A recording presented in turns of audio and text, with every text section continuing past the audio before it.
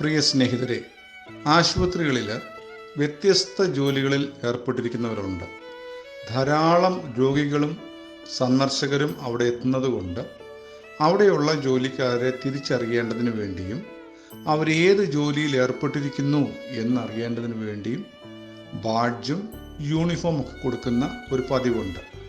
അതുകൊണ്ട് തന്നെ നഴ്സസ് ആരാണെന്നും ഡോക്ടേഴ്സ് ആരാണെന്നും ഒക്കെ തിരിച്ചറിയാൻ സാധിക്കുന്നത്. കൂടാതെ ഒരു ജോലിയിൽ ഏർപ്പെട്ടിരിക്കുന്നവർക്ക് ഒരേ തരത്തിലുള്ള വേഷവിധാനമാണെങ്കിൽ അവരുടെ ജോലിയിൽ ഒരു ഐക്യതാ മനോഭാവവും ഒരു ഏകാഗ്രതയും ചിട്ടയും ഒക്കെ ഉണ്ടാകും എന്നാണ് കരുതപ്പെടുന്നത്.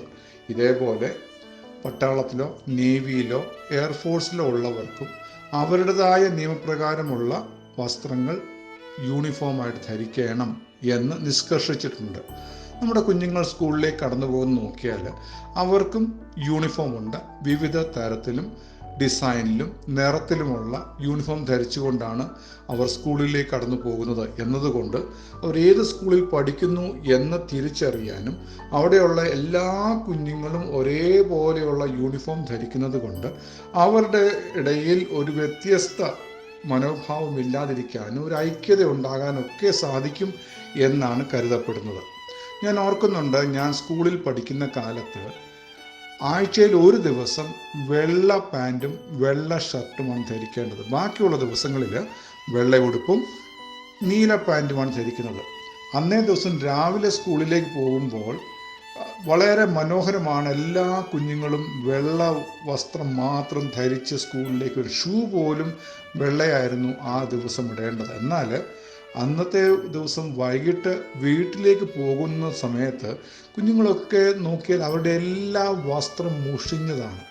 കാരണം പകൽ കളിക്കുമ്പോഴോ മറ്റ് സ്ഥലങ്ങളിലൊക്കെ വസ്ത്രം മുട്ടുമ്പോൾ ഇരിക്കുന്ന ഇരിപ്പിടത്തിലുള്ള പൊടിമണ്ണുകൾ, അങ്ങനെ വ്യത്യസ്ത രീതികളിൽ അഴുക്കും മണ്ണും പറ്റിയിട്ട് വളരെ മുഷിഞ്ഞ വസ്ത്രത്തോടെയാണ് വീട്ടിൽ ചെല്ലുന്നത്. അങ്ങനെ വീട്ടിൽ ചെല്ലുമ്പോൾ മിക്ക ആഴ്ചയിലും ആ ഒരു ദിവസം വൈകിട്ട് വഴക്ക് കേൾക്കുക വളരെ സാധാരണ സംഭവമായി മാറി.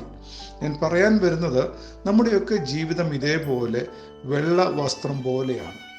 അല്പം മുഷിച്ചിൽ, അല്പം മണ്ണ്, അല്പം അഴുക്ക്, അല്പം തിന്മ, അല്പം ദോഷം ആയ സ്വഭാവമൊക്കെ നമ്മുടെ ജീവിതത്തിൽ ഉണ്ടെങ്കിൽ അത് വളരെ വ്യക്തമായിട്ട് എടുത്തു കാണിക്കും.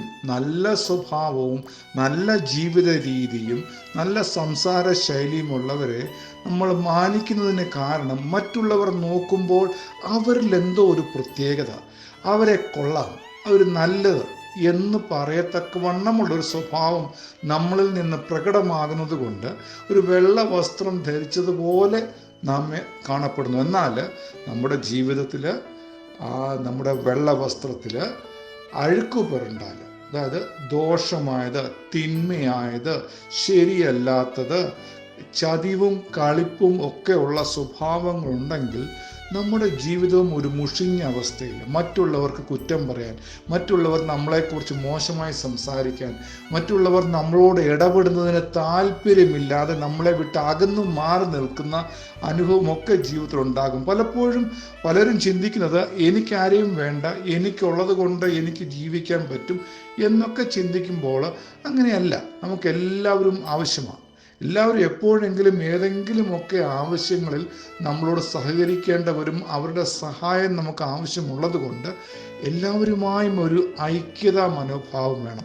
ഒരേപോലെയുള്ള ജീവിത രീതിയിലുള്ള എല്ലാ ആൾക്കാർക്കും തമ്മിലൊരു ഐക്യത ഉണ്ടായിരിക്കുമെന്ന് ഞാൻ നേരത്തെ, യൂണിഫോം ഒരേ ജോലിയിലുള്ളവർ ധരിക്കുന്നത് കൊണ്ട് അവരുടെ ഇടയിൽ ഒരു ഡിസിപ്ലിൻ, ഒരു ചിട്ട, ഒരു ഐക്യത ഉണ്ടാകും എന്നതുപോലെ നമ്മളുടെ ഇടയിലും മനുഷ്യരുടെ ഇടയിൽ എല്ലാവരും ഒരേപോലെ ചിന്തിക്കുക, ഒരേപോലെ സഹകരിക്കുക, ഒരേപോലെ സ്നേഹപ്രകടനം നടത്തുകയാണെങ്കിൽ ഒരു ഐക്യതാ മനോഭാവം, അന്യോന്യം സ്നേഹിക്കാനും അന്യോന്യം ഇടപെടാനുള്ള താല്പര്യം മനുഷ്യരിലുണ്ടാകും എന്നുള്ളത് കൊണ്ട് നമ്മുടെ ജീവിതം എങ്ങനെയായിരിക്കുന്നു? ദൈവത്തിൻ്റെ മുൻപിൽ നിൽക്കുമ്പോഴും ദൈവം നമ്മളെ നോക്കുമ്പോൾ ഞാൻ നേരത്തെ പറഞ്ഞതുപോലെ ഒരു വെള്ള വസ്ത്രം പോലെ നമ്മുടെ ജീവിതം ശുദ്ധമായതാണോ? നമ്മുടെ ജീവിതം ദൈവം നോക്കുമ്പോൾ ഒരു ശുദ്ധിയുള്ള നന്മയുടെ ഉറവിടമാണ് നമ്മൾ എന്ന് ദൈവം നമ്മളെക്കുറിച്ച് പറയാനിടയാകുമോ? ദൈവത്തെക്കുറിച്ച് വേദപുസ്തകത്തിൽ പറയുന്നത്, ദൈവം വിശുദ്ധനാകുന്നത് കൊണ്ട് നമ്മളും ദൈവത്തിൻ്റെ മക്കളും ദൈവത്തിൻ്റെ ജനവും ദൈവരാജ്യത്തിലുള്ളവരും വിശുദ്ധരായിരിക്കണം എന്ന് ബൈബിളിൽ പറഞ്ഞിട്ടുണ്ട്.